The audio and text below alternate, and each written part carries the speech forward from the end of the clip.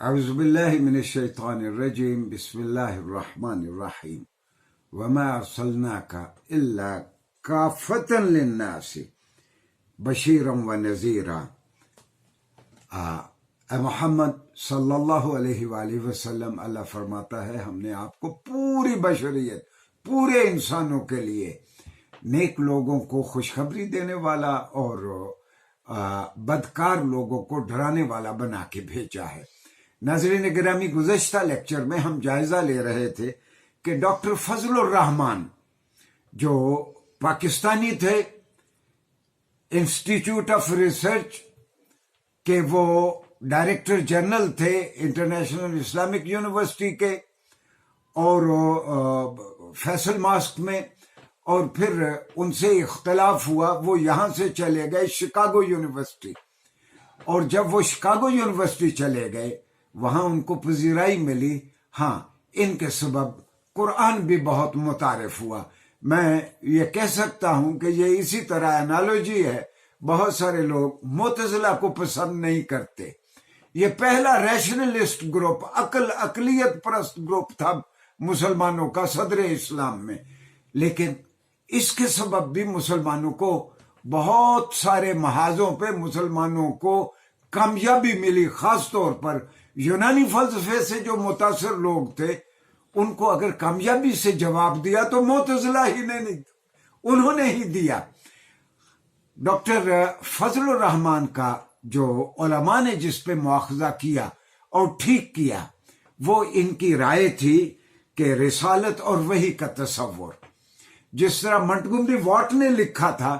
Montgomery what کا کہنا یہ ہے، یہ ایڈنبرا کا بہت بڑا اورینٹلسٹ تھا، محمد ایٹ مدینہ، محمد ایٹ مکہ، اس کی مشہور کتابیں ہیں۔ ان کا کہنا یہ تھا کہ میں نبی کریم صلی اللہ علیہ وسلم کو اللہ کا نبی تو مانتا ہوں، لیکن میں قرآن کو دراصل محمد صلی اللہ علیہ وسلم میں اس کو توقیفی یا اللہ کا کلام نہیں مانتا۔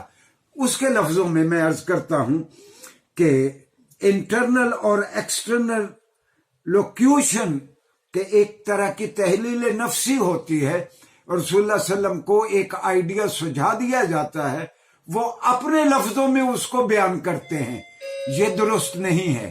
اس کی بھی تقریباً یہی رائے تھی ڈاکٹر فضل الرحمان کی۔ حقیقت یہ ہے کہ یہ جو کلام اللہ ہے، یہ جو وحی ہم تک پہنچی ہے، یہ توقیفی ہے، یہ اللہ کا کلام ہے، یہ ورڈ آف گاڈ ہے، یہ رسول اللہ صلی اللہ علیہ وسلم کے الفاظ نہیں ہیں۔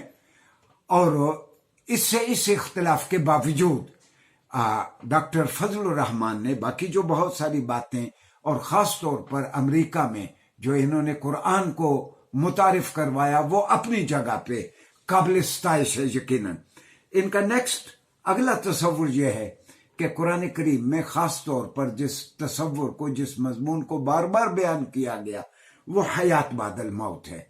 دراصل آپ قرآن اٹھائیں، ہر تیسری چوتھی آیت میں ہم کو یہ سمجھایا جا رہا ہے کہ بابا کل تم نے اللہ کے حضور پیش ہونا ہے۔